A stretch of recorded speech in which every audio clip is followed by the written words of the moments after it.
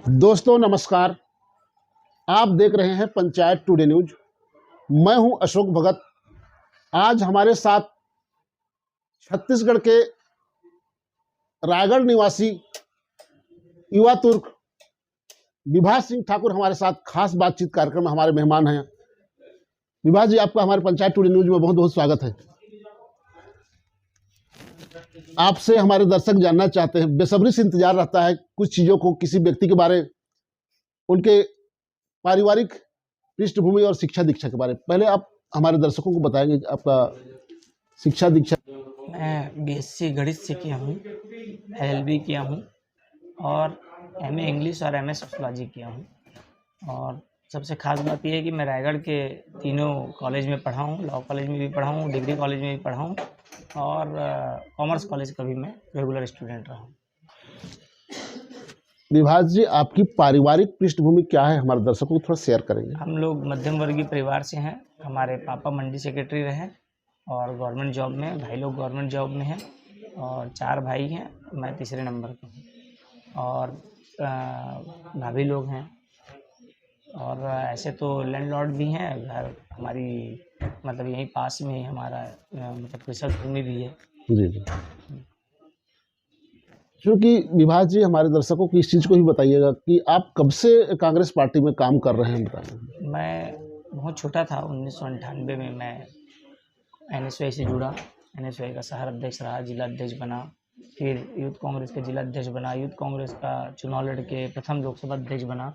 और उसमें भी सबसे खास बात ये थी कि मैं जब छत्तीसगढ़ राज्य बना तो मैं मध्य प्रदेश में भी अध्यक्ष था और छत्तीसगढ़ राज्य बना तो भी प्रथम अध्यक्ष मैं ही बना एनएसवाई का। और जब यूथ कांग्रेस में जब पहली बार चुनावी सिस्टम आया और लोकसभा का अध्यक्ष चुना जाना था तो मैं निर्वाचित प्रथम लोकसभा अध्यक्ष बना। बहुत सुंदर। तो एक ये कांग्रेस पार्टी के प्रति एक पर्सनल प्रेम है और बहुत ज़्यादा एक विचारधारा है, तो उसमें हमेशा से जुड़े रहे और वर्तमान में मैं प्रदेश सचिव के रूप में छत्तीसगढ़ कांग्रेस कमेटी में काम कर रहा हूँ। साथ ही आपसे ये भी जानना चाहेंगे कि आप जो है बहुत चुनौतियों के बीच बहुत कम उम्र में आपने एनएसवाई को ज्वाइन किया और जो है आपने जो कार्यकर्ताओं को जो हुजूम खड़े की, इसमें किन किन चुनौतियों के बीच आपको गुजरना पड़ा, किन किन परिस्थितियों में को सामना करना पड़ा, बताएंगे? सबसे खास बात तो ये थी, चूँकि आप मीडिया से जुड़े हुए हैं, तो पहले का जो संसाधन था वो बहुत कम होते थे। हम लोग को प्रेस विज्ञप्ति बनानी पड़ती थी, उस विज्ञप्ति को प्रेस तक पहुंचाना पड़ता था। तो उस समय हम छोटे थे और कोई ऐसा साधन था नहीं, घर में उस टाइप का था नहीं कि जो पॉलिटिक्स करे उसको लोग थोड़ा सा अलग दृष्टि से देखते थे। तो बड़ी तकलीफ में थे और साइक्लो स्टाइल वाला टाइपिंग होता था, खट खट खट खट बजता था। उस टाइपिंग में हम लोग जाते थे और पहला लाइन, फिर उसके पीछे में 2 कार्बन और फिर उसको कट करते थे और 3-4 कार्बन डालकर उसको कट करके, चूँकि 10-15 प्रेस हुआ करते थे तो सब प्रेस में एक-एक छोटे-छोटे प्रेस का न्यूज़ विज्ञप्ति देना पड़ता था। हाँ, विज्ञप्ति देना पड़ता था। कुछ भी कर रहे हो तो उसको बताना पड़ता था और नो डाउट इस बात में कि रायगढ़ की मीडिया ने मेरा बहुत समर्थन किया। और जिस तरीके का परिवेश था, रायगढ़ की जो पॉलिटिक्स थी, उस पॉलिटिक्स में मतलब मध्यम वर्गीय परिवार से आगे निकलना और इतने साल तक लगातार पॉलिटिक्स करना उतना आसान भी नहीं था। सही बात। लेकिन हम लोगों ने और सारे लोगों ने, हमारे साथ रहने वाले लोग ऐसे थे कि अगर हम बोल दिए कि आज इसका विरोध करना है तो फिर वो लोग विरोध में खड़े रहते थे। कभी भी ऐसा डर नहीं लगा किसी भी पॉलिटिक्स से। सही बात है। हमने अपने आंखों से देखा है कि आपने जो है 15 साल लगातार जो है भाजपा की सरकार थी छत्तीसगढ़ में, उसके बाद भी आप लोगों ने पुतला दहन और तमाम जो विरोध प्रदर्शन किए, उससे स्पष्ट होता है कि आप लोगों ने बहुत ही क्या है, चुनौतियों के बीच काम किया है। जी, इस बात में कोई दो मत नहीं है कि हम लोग विपक्ष को बहुत पास से देखे और सत्ता को भी बहुत पास से देखे थे। पहले भी जब 3 साल की गवर्नमेंट थी तब भी हम लोग बहुत करीब थे सत्ता के और आज भी बहुत करीब हैं। लेकिन विपक्ष में जो स्थितियां थी और जो परिस्थितियां थी, ऐसा विपक्ष कांग्रेस पार्टी जिस तरीके से विपक्ष में भूमिका का निर्वहन किया, जितना आंदोलन की, ऐसा विपक्ष अभी नहीं हुआ। उसका रीज़न ये था कि भूपेश बघेल जी की जो कार्यशैली थी और जो लोकप्रियता था, उससे विपक्ष घबरा गया और किसी भी मुद्दे को ये लोग पाए नहीं, कहीं पर भी कोई भी मुद्दा नहीं मिला। क्योंकि मुद्दे थे सेंट्रल की महंगाई, भ्रष्टाचार, हर मुद्दे में देखिए बीजेपी केवल जाति और धर्म के बीच में लाती है, जबकि बघेल जी की सरकार लोगों के, आम जनों तक, दिल तक पहुंच चुकी। कोई भी योजना आप उठा के देख लीजिए, स्कूल देख लीजिए, आत्मानंद 750 किसको बोलते हैं, सही स्कूल खोला गया है ऐसा। और वो भी कोविड टाइम का 2 साल को आप पूरा ख़त्म कर दीजिए, उसके बाद सिर्फ 2 साल में इतनी योजनाएं गोबर बेच रहे हैं लोग। छत्तीसगढ़ में पहली बार ऐसा हुआ कि गाय नहीं मिलती। नहीं तो पहले की सड़कें में आप सड़कों में जब आप उतरते थे तो हमेशा आपको हर 1-2 किलोमीटर के बाद गाय मौजूद रहती है, अभी भी रहती है, अभी भी रहती लेकिन है। उसका रीज़न क्या है? देखिए क्या होता है, हम योजनाओं को ला देते हैं, ज़मीनी स्तर पर पहुंचा देते हैं। कुछ चीज़ें लोकल स्तर पर भी होती है जिसका मूर्त रूप से व्यक्ति उसको पालन नहीं कर पाता है, तो उसके लिए दोषीदार वह व्यक्ति नहीं है जो उस काम को लाया है। क्या मानते हैं अभी प्रदेश में आप लोग की सरकार है और अभी चंद दिनों बाद जो है आचार संहिता लग जाएगी, उसके बाद विधानसभा चुनाव लगभग 40 से 45 दिन के अंदर वो भी हो जाएगा। प्रदेश में क्या आप लोग की सरकार रिपीट कर रही है? देखिए 100% सरकार रिपीट भी कर रही है और पिछले बार की सीटों की तुलना में सीट भी बढ़ रहे हैं और 75 पार का नारा कांग्रेस पार्टी ने दिया और निश्चित तौर पर कांग्रेस के प्रति जो लोगों में उत्साह है वह अभूतपूर्व है। क्या लगता है, जैसे हम विपक्ष की बात करें तो भारतीय जनता पार्टी की ओर से प्रधानमंत्री नरेंद्र मोदी जी स्वयं आते हैं, रायगढ़ आते हैं, बिलासपुर आते हैं, तमाम जो जगह है, क्या उनका कुछ प्रभाव नहीं पड़ेगा आप लोग की कांग्रेस पार्टी में? देखिए जो पार्टी डरती है उस पार्टी को इस स्तर पे कार्य करना पड़ता है। जब वो लोग प्रधानमंत्री जी को छत्तीसगढ़ बुला रहे हैं, वो लोग अपने सांसदों को विधानसभा चुनाव लड़वा रहे हैं, आने वाले समय में ऐसा ना हो कि वो लोग अपने विधायकों को पार्षद का चुनाव लड़ें। इसका मेन कारण क्या है? ऐसे कैसे आरोप लगा सकते हैं कि जो है विधायकों को जो पार्षद, आज जब सांसद को टिकट दिए ना, विजय बघेल जी सांसद हैं, उनको विधानसभा में उतार रहे हैं, मतलब स्पष्ट रूप से इनके पास कोई कैंडिडेट नहीं मिल रहा है बघेल जी के खिलाफ में, मुख्यमंत्री के खिलाफ में इनके पास कोई चेहरा नहीं, इन लोगों के पास एक भी ऐसा फेस नहीं है जो मुख्यमंत्री के रूप में इन लोग प्रोजेक्ट कर सकें। इसलिए इन लोगों ने अपने एक एमपी को मुख्यमंत्री जी के खिलाफ में चुनाव लड़वा रहे हैं और वो साबित भी करो, और भी कई जगह इन लोग एमपी को लड़ाने का चल रहा है जो चर्चा में आप लोग के बीच में आती है। तो निश्चित तौर पर ये लोग हताश हो चुके हैं और ये लोग पूरी अपनी लीडरशिप की जो अंतिम कड़ी होती है, जो एकदम वरिष्ठ बोला जाए, उसको इन लोग विधानसभा लड़वा रहे हैं। जिन लोगों को लोकसभा लड़ाते थे और फिर जिन लोगों को पार्षद चुनाव लड़ाना है, फिर आने वाले समय में इन लोग को पार्षद चुनाव लड़ाएंगे। इन लोग डिमोशन नहीं कर रहे हैं, इन लोग चूंकि हार देख रहे हैं, निश्चित हार दिख रही है, इसलिए ये लोग ऐसे लोगों को पार्टी में ला रहे हैं और ऐसे लोगों को चुनाव लड़वा रहे हैं।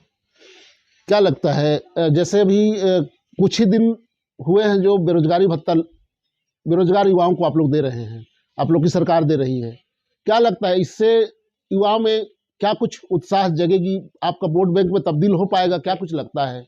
आपने देखे होंगे 2 करोड़ लोगों को रोजगार देंगे बोले थे मोदी जी, आज पूरे प्रदेश में क्या एक भी व्यक्ति को रोजगार दिए?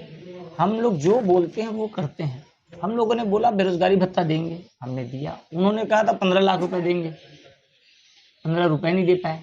तो ये बोलने और करने वाली सरकार है, अगर बोल दी है तो उसको कर देगी। ये अंतर है इन लोगों में। इन लोग केवल झूठ का माया जाल एक बुनते हैं और पूरी सरकार को दिखाते हैं कि हम लोग किस तरीके से कार्य कर रहे हैं।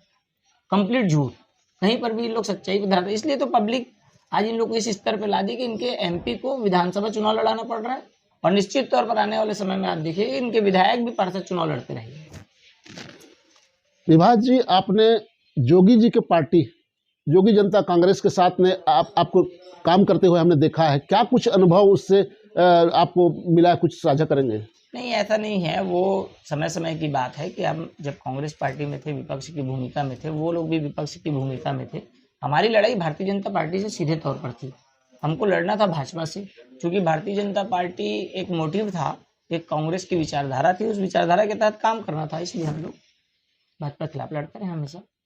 इसके अलावा यदि हम बात करें, क्षेत्र की खस्ता हाल सड़कें और तमाम जो मूलभूत सुविधाएं लोगों को नहीं मिल पा रही है, जैसे हमारे लैलूंगा विधानसभा की बात करूं, लैलूंगा विकासखंड में खास करके बहुत से पंचायत के लोग जो है आज भी चावल के लिए दर दर की ठोकरें खा रहे हैं। कई बार यहाँ के विधायक के पास भी वो लोग अपना जो है दुखड़ा सुना चुके हैं, उसके बाद भी लोगों को चावल नहीं मिल पा रही है। क्या इसको किस टाइप से आप हल्के में लेते हैं या फिर उसको?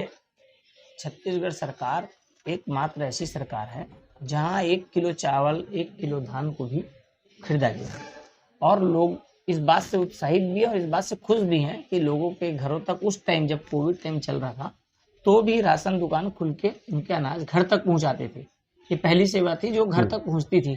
हाँ, कुछ जगहों में कुछ रीजन हो सकता है, इसमें कोई कारण मैं नहीं जानना चाहता, और मैं चूंकि पता भी नहीं है, मैं आज पहली बार यहाँ दौरे में आया हूँ। बात तो है। अगर मुझे पता चलेगा तो मैं ज़रूर इस चीज़ को दूर करूँगा, और अगर ऐसा हुआ है, अगर सरकार की तरफ से कोई भी गलती हुई है इस मैटर पे अगर होगा, तो उसके लिए मैं खुद क्षमा मांगूंगा। लेकिन ऐसा नहीं हुआ है, ऐसा कोई जानकारी नहीं हुई है। विभा जी, सड़कों के संबंध में आपसे सवाल कर रहा था। सड़कें जो है बहुत दयनीय स्थिति है यहाँ की। लैलूंगा की सड़कें बहुत ज़्यादा खराब है। यहाँ से अगर हम धर्मजगढ़ जाएँ, यहाँ से घर घोड़ा या फिर हम तमनार जाएँ, तमाम जो सड़कें हैं इन दिनों जो है बहुत ही खस्ता हाल हो चुकी है, और स्थानीय विधायक के ऊपर में निष्क्रियता का जो है बट्टा लगता है। इस पर क्या कुछ कहना चाहेंगे आप? देखिए, सिर्फ विधायक की गलती नहीं है, वहाँ पर एनएच है।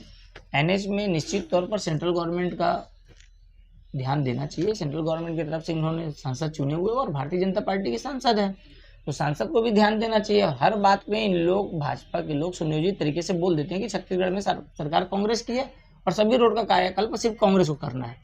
और आप देख लीजिए, जहाँ पर भी प्रॉब्लम ज़्यादा था वहाँ पर कांग्रेस की सरकार ने काम करना अपना स्टार्ट किया, और काम चल रहा है। और हमारे मेजर प्रोजेक्ट थे उसमें सड़कें थी, और आपने देखे होंगे कई जगह रायगढ़ में सड़कें चालू हो गई, रायगढ़ जिले में सड़कें बन रही है। इसके अलावा क्या देखते हैं, जैसे भी आपके कांग्रेस पार्टी में हृदय राम राठौर जी भी कुछ दिनों के लिए पार्टी से बाहर रहे, जो कि जनता कांग्रेस में चले गए थे, उसके बाद उनका जो है पुनः कांग्रेस वापसी हुआ है। यहाँ के वर्तमान विधायक चक्रधर सिंह सिद्धार्थ के साथ क्या तालमेल बैठा पाएंगे? देखिए, आपने आज देखा होगा कि आज भरोसे की यात्रा निकली थी, और जो भीड़ और जो हुजूम उमड़ा, मुझे नहीं लगता कि कांग्रेस पार्टी में कभी भी इतनी एकता दिखी होगी।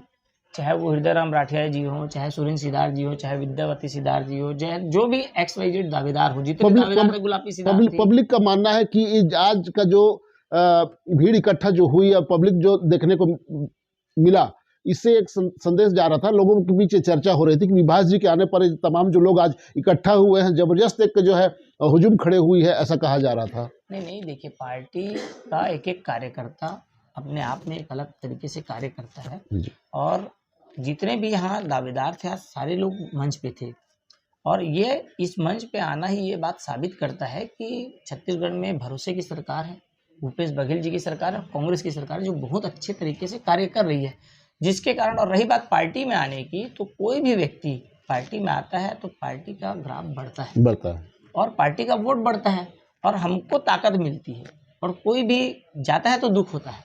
तो हम लोग चाहते हैं कि पार्टी में ज़्यादा से ज़्यादा लोग आए।